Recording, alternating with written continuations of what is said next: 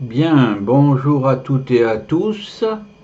Dans le cadre de la culture sociétale et de l'intelligence sociétale, nous allons procéder à la lecture des morceaux choisis dans un livre d'un célèbre chasseur de l'Empire britannique des Indes, Jim Corbett, que vous ne connaissez sans doute pas, sur un thème très original, les tigres mangeurs d'hommes. Voici un tigre. Suivant les photos qui sont prises et qu'on trouve sur internet, les tigres peuvent être franchement attaquants et méchants comme sur cette photo, ou évidemment si l'on prend des petits tigres avec leur mère, évidemment c'est attendrissant. Mais bon, il ne reste pas moins que certains tigres peuvent devenir des mangeurs d'hommes. Cette, technique donc, de la culture sociétale déborde sur une collection que j'ai baptisée l'essentiel du livre. C'est la technique des morceaux choisis. Toutes les citations évidemment sont de l'auteur du livre, sauf mention contraire, et elles n'engagent que leur auteur, bien sûr. Voici. Alors voici donc Jim Corbett dans son uniforme de l'armée britannique. Les morceaux choisis sont issus de la lecture des mémoires de chasse de Jim Corbett, Major, que vous trouverez aux éditions Montbel. Ça fait 579 pages. J'ai tout lu parce que c'est passionnant. Si vous connaissez un chasseur, vous pouvez toujours lui offrir comme cadeau pour la Noël. Voilà. Mais c'est un gros ouvrage. Le voici. Alors, j'ai tout lu, j'ai tout trié comme information, j'ai classé d'après le plan que vous avez sous les yeux. On parlera de l'homme, de son chien, des gens, de la nature, de généralités sur le tigre, de la chasse, de l'attaque du tigre, des histoires et d'aujourd'hui. Avant de voir tout ça, une citation. Ma vie a été longue et je peux m'estimer heureux. Jim Corbett, page 217. Il faut arriver à la page 217 pour avoir cette phrase-là. Voilà. L'expression de quelqu'un qui est content de sa vie. Longue et heureux. Il peut s'estimer heureux d'avoir échappé à certaines attaques que vous trouverez par la suite. Ouais. L'homme. Alors, il a sa statue, notamment en Inde, Jim Corbett. J'espère sincèrement qu'aucun de mes lecteurs ne sera jamais condamné à voir ni entendre les souffrances d'un être humain ou d'une bête qu'un léopard ou un tigre a saisi à la gorge et qui n'a d'autre moyen que le suicide pour mettre un terme à son supplice. Encore faut-il pouvoir se suicider dans ce cas-là. C'est dans une subdivision de ce livre, le léopard anthropophage du Danar, voilà.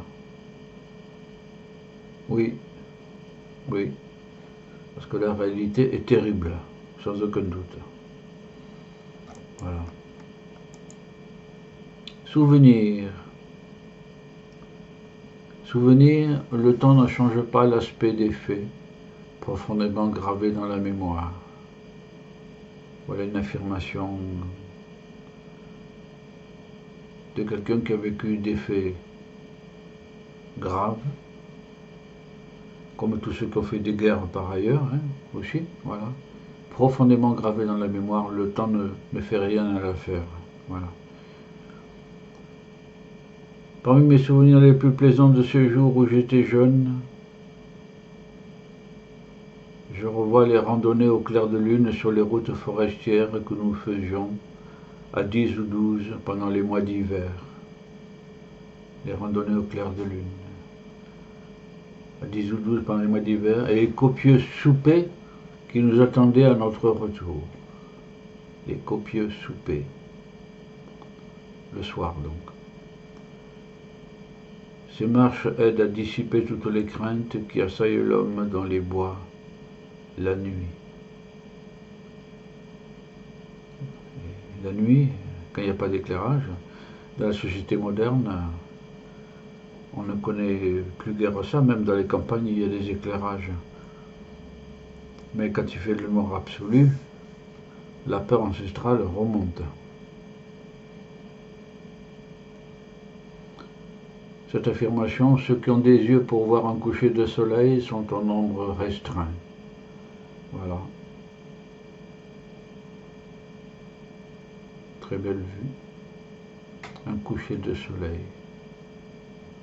Voir Verlaine aussi. Heureux celui qui connaît le langage des fleurs et des choses muettes. Le chien de l'homme. Alors, Jim Corbett est un chasseur et il a son chien, donc. Un chien comme celui-là, par exemple. Jim Corbett n'avait pas strictement besoin d'un chien de chasse pour la chasse au tigre. Toutefois, une amie lui apporta un jour une portée de 7 chiots, dont un était le plus petit, le plus faible, et même au dernier stade de sa lutte pour la vie. Mais il se coucha en boule entre les grands pieds de Jim Corbett. Il faisait froid ce matin-là. Le chasseur le mit dans son pardessus. Le chiot, pour montrer sa gratitude, lui lécha la figure. C'est beau. Il allait sur ses 3 mois. Le chasseur l'acheta, lui fit prendre un bon repas, et lui fit connaître l'eau chaude et le savon. Aujourd'hui, le chiot avait 13 ans, et tout l'or des Indes ne pouvait le payer.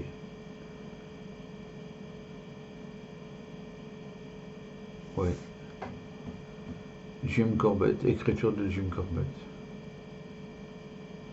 Un jour, le chien s'élança dans un buisson et revint avec un paon. Jim Corbett écrit. Il eût été difficile de dire qui de nous deux était le plus fier. Robin pour avoir ramené son premier oiseau, ou moi pour avoir sorti le gros lot d'un panier de chiots très sale. Robin le chien.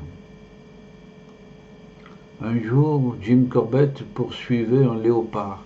Lorsque tout à coup, face à un buisson, le léopard sauta sur lui, de face. Le chasseur n'eut que le temps de tirer un peu au hasard et de s'écarter. Le léopard passa à sa gauche. Le chien avait disparu. Jim Corbett était très inquiet. Il se mit à sa recherche lorsqu'il le vit à bonne distance derrière un tronc d'arbre. Le chien rampa silencieusement jusqu'au chasseur, les yeux à terre et l'oreille basse. Il avait honte d'avoir fui, d'avoir abandonné son maître. Eh oui, Robin le chien. C'est que un léopard mangeur d'homme, c'est de belle taille, ça aussi. Voyons voir maintenant les gens qui sont dans cet ouvrage de plus de 600 pages. Je me demande, chez Jim Corbett, s'il est au monde d'autres pays où un étranger, arrivant inopinément dans un lieu perdu, est assuré d'y recevoir le même touchant accueil et la même hospitalité qu'il trouvera partout au Qumran. Le même touchant accueil. Voilà, l'hospitalité. J'étais peut-être le premier homme blanc qui fût jamais arrivé à ce village tout seul et à pied. Or, quand je me trouvais auprès de ces gens rassemblés, je vis que déjà, ils avaient apporté un tapis sur lequel m'attendait un siège. À peine avais-je pris place qu'on me mettait entre les mains un vase de cuivre plein de lait. Eh bien, mes cigarettes que je fus circuler à la ronde tout en buvant mon lait délièrent bientôt les langues. Ouais. l'hospitalité, touchant accueil. Que de belles couleurs dans les vêtements. La nouvelle que je me mettais en route pour essayer de débarrasser la région du léopard mangeur d'hommes m'avait précédé. Les hommes que je rencontrais sur les routes et dans les champs me voyaient passer, me saluaient avec enthousiasme. On allait enfin pouvoir les débarrasser de cette peur terrible que les gens avaient de ce léopard mangeur d'hommes qui pouvait surgir à n'importe quel moment. La peur. Les gens de ce pays recèlent un grand cœur, quelle que soit leur caste. Opinion de Jim Corbett. Magnifique arbre bougainvillier peut-être, je sais pas.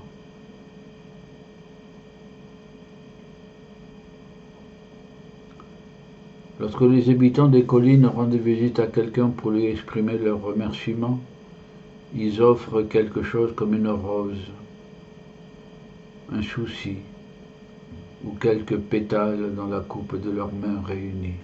C'est beau, c'est beau. Celui qui reçoit l'offrande la touche du bout des doigts de sa main droite.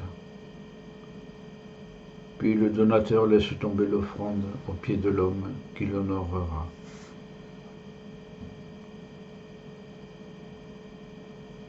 Belle coutume. Un jour, Jim Corbett arriva dans un village et demanda pour le soir une maison pour coucher. Le chef du village lui en donna une qui comportait au rez-de-chaussée une chambre malpropre qui fut balayée rapidement. Après avoir mangé, Jim Corbett ne tarda pas à s'endormir. Le soleil se levait quand le chasseur entendit un bruit léger près de lui.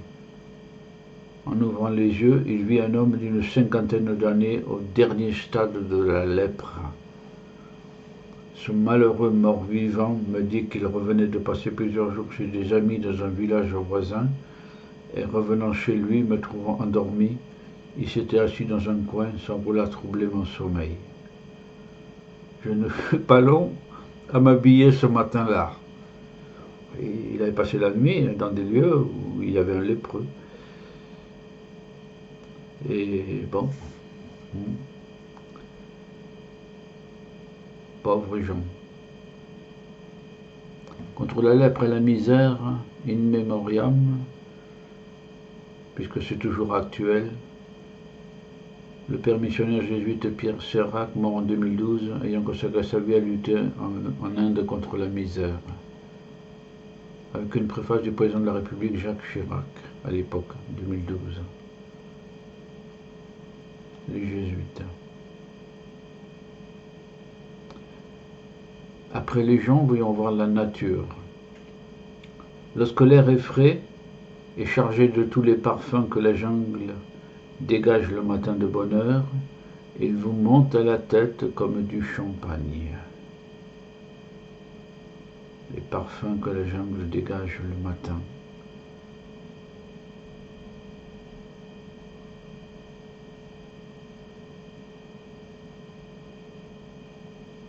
En avril, la nature entière est à son summum de beauté. Les arbres se vêtent de feuilles nouvelles, chacune ayant une teinte différente de vert ou de bronze. Les violettes, les boutons d'or, les rhododendrons printaniers, le cèdre primevère d'arrière-saison, aux pieds d'alouettes, aux orchidées, les oiseaux sont revenus à leur lieu de nidification et rivalisent. Un joyeux chant de noces, CHANT là. Voilà.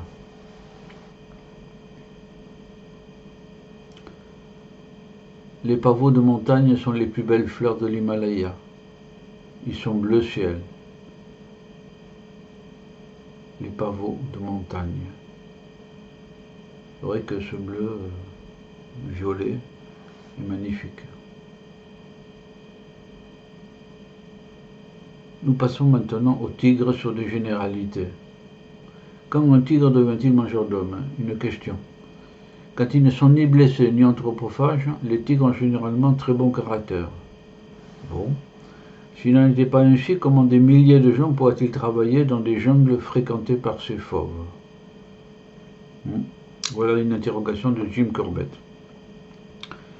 J'ai vu des choses à faire pleurer une pierre. Expression curieuse.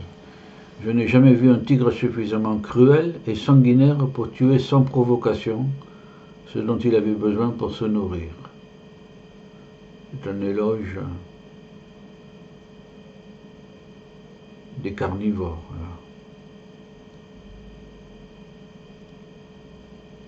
Les tigres n'attaquent pas normalement les êtres humains. Voici 3 cas qui font exception. Lorsque le tigre vieillit,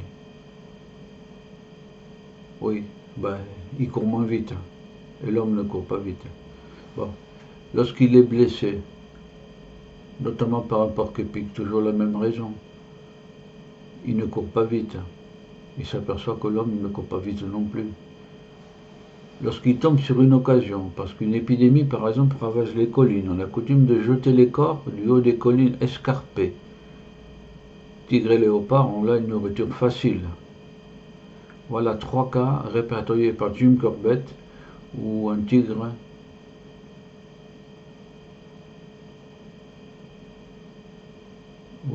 peut devenir mangeur d'hommes. Il y a de mémoire, il y a un 4e cas qui se rapproche à l'occasion aussi. Bon, oui. C'est quand le tigre qui n'est pas mangeur d'hommes attaque une personne et donne un coup de griffe dans le dos et s'aperçoit qu'il y a du sang qui coule. Alors il le lèche, il le trouve bon.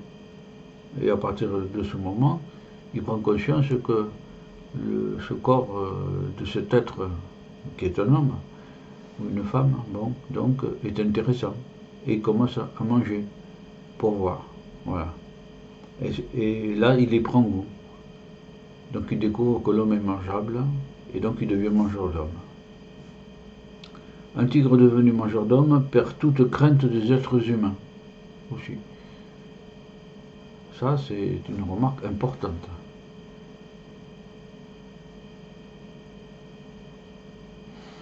Le territoire de chasse du tigre s'étend sur plusieurs centaines de kilomètres carrés. Centaines de kilomètres carrés. Les tigres cachent les proies qu'ils tuent. Ils ratissent souvent des feuilles pouvant cacher une vache dessous. Ils cachent, donc. Oui, oui.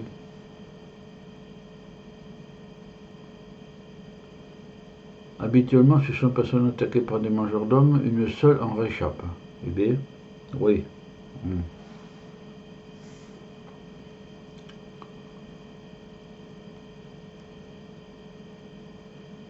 plus original, c'est de cacher sous des feuilles, là. La chasse, maintenant. 5e point. Avec un tableau du peintre Delacroix, 1834. Règne de Charles X. Là. La chasse au tigre.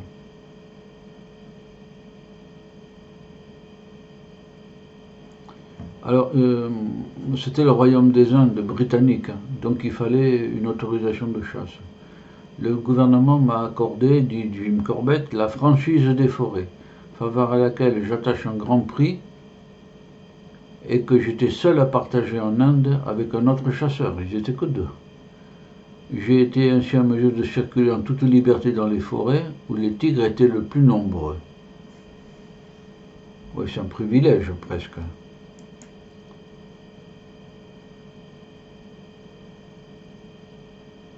La franchise des forêts.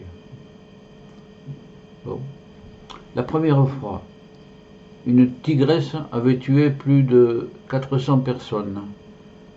La population des villages était plongée dans la terreur. Elle s'était barricadée et cela paralysait le pays. Eh oui. Les gens crèveraient de faim si le tigre n'était tué. 400 personnes dévorées. C'était la première fois que l'auteur chassait de nuit un mangeur d'hommes. C'est en claquant des dents, aussi bien de peur que de froid, que je passais dans un arbre la nuit. Eh bien, oui, parce que il faut qu'il soit haut quand même, hein, en claquant des dents. La première fois. Approche surprise. Une ligne de fourré haut de 2,50 m. J'écartais les branches des deux bras. Au-dessous de mes mains gisait un axis mâle. Allongé et occupé à le dévorer, le tigre me faisait face. Il leva les yeux en m'entendant écarter les branches et je lus sur son mufle, comme s'ils étaient gravés, les mots « Eh ben alors ?» C'était exactement ce que je me disais moi-même. Par bonheur, j'étais si surpris que je restais dans une immobilité complète. Peut-être parce que mon cœur s'était arrêté de battre, la peur. Après m'avoir bien regardé pendant un instant, le tigre, qui était assez près pour pouvoir atteindre ma tête d'un coup de patte, se leva, fit demi-tour et sauta dans les fourrés, le tout d'un seul mouvement, souple et gracieux. Ouais, Jim Corbett a eu beaucoup de chance. Comme quoi le hasard, il a écarté des branches et il y avait un tigre derrière. Approche surprise, non? Une sacrée surprise.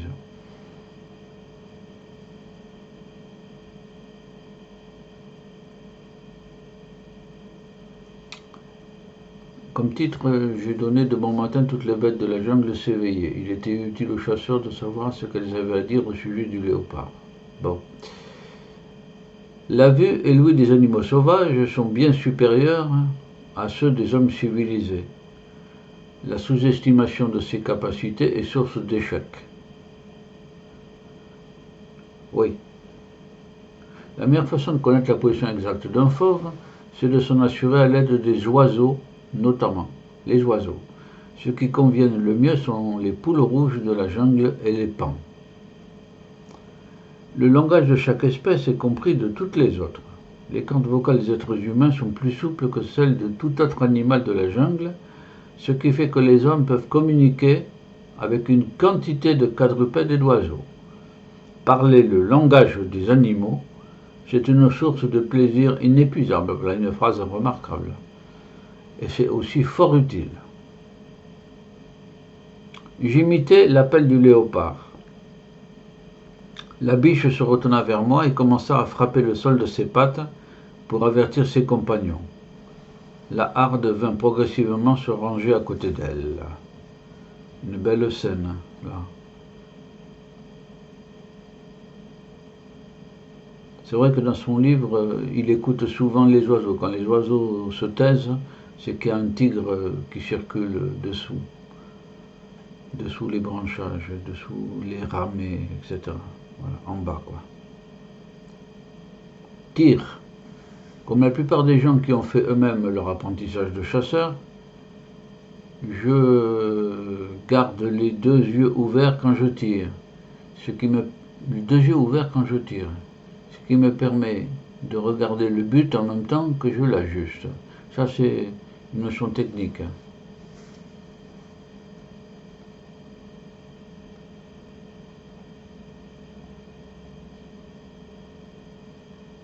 Tire en arrière. Jim Corbett donc. Je repris la carabine des deux mains et fis feu derrière et au-dessous de moi. C'est un coup que j'espère n'avoir à répéter jamais. Quand partit la cartouche de 450-400 à haute vitesse, la crosse de l'arme était tournée vers le ciel. Eh bien, le recul me blessa aux doigts et aux poignets, mais sans les briser. Eh bien, je fis demi-tour, heureusement, et je déchargeai mon autre canon dans la poitrine du tigre. Eh bien, je me serais senti l'âme moins assassine si à mon premier coup, il s'était débattu en hurlant. Mais un animal au grand cœur qu'il était, il n'ouvrit pas la gueule et mourut à mon second coup, sans que j'entendisse une plainte.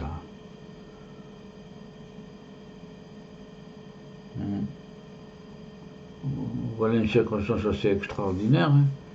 où il a tué le tigre par derrière et en dessous, et où le recul de son arme l'a blessé.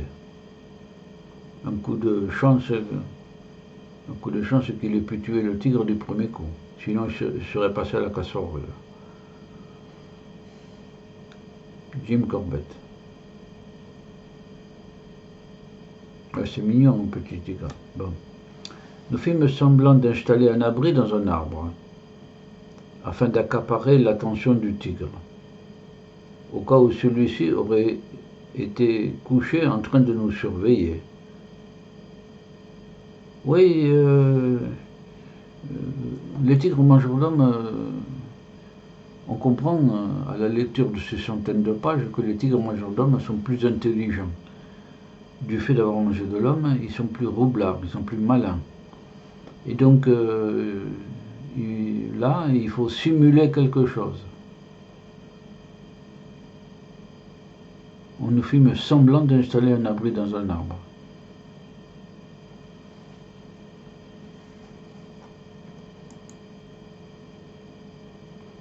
La chèvre célèbre, c'est pas celle de M. Seguin. Donc, Jim Corbett attacha une chèvre à un piquet, puis monta sur un arbre. Dans la nuit, le mangeur d'hommes arriva, dans la nuit. C'est lorsqu'il se dirigea vers la chèvre qu'une balle le tua. Par la suite, la chèvre trottait près des hommes qui venaient contempler le cadavre du mangeur d'hommes, lequel avait terrorisé la région pendant 8 années. Pauvres gens, pauvres gens. La chèvre ne se doutait pas que son aventure nocturne allait faire d'elle une héroïne pour le restant de ses jours. Voilà, voilà une jolie histoire sur la gloire d'une chèvre pendant toute sa vie restante. Voilà, la chèvre célèbre. Les plaintes autour du cadavre du léopard. Parmi les personnes qui venaient, certaines disaient « Il a tué notre fils unique, Saïb. Nous sommes vieux et notre maison est maintenant désolée. Il a dévoré la mère de mes 5 enfants. Il n'y a personne maintenant pour s'occuper d'eux et préparer le repas. Mon fils est tombé malade pendant la nuit. Personne n'a osé aller chercher des médicaments, alors il est mort. Voici des témoignages de la nocivité, du caractère terrible et nuisible, donc, de ces animaux qui se sont transformés en mangeurs d'hommes. Les nuisances sur l'homme étaient terribles. L'attaque du tigre. Nous allons terminer cette première vidéo de presque 30 minutes. Donc, avec le lieu d'attaque du tigre, nous reprendrons sur cette image la capacité d'un carnivore à transporter sa victime, transportée dans un endroit où il pourra la dévorer tranquillement, détermine grandement le choix de l'emplacement de ses attaques. Oui, c'est pas tout d'attaquer et de tuer, mais il faut ensuite manger. Voilà. Et on mange apparemment pas sur place. Voilà. Bien, sur cette belle image et sur ce thème de l'attaque du tigre, nous allons terminer cette première vidéo. Il y en aura une deuxième pour achever les commentaires sur cette chasse au tigre mangeur d'hommes. Et ça se terminera par 5 ou 6 histoires typiques de cette chasse fort pittoresque. Voilà. Bien, je vous dis au revoir à toutes et à tous, et à la suite de ces aventures du Major de Sa Royale Majesté britannique des Indes, Jim Corbett. Il y a un parc dans les Indes qui perpétue la mémoire de ce Major. Voilà.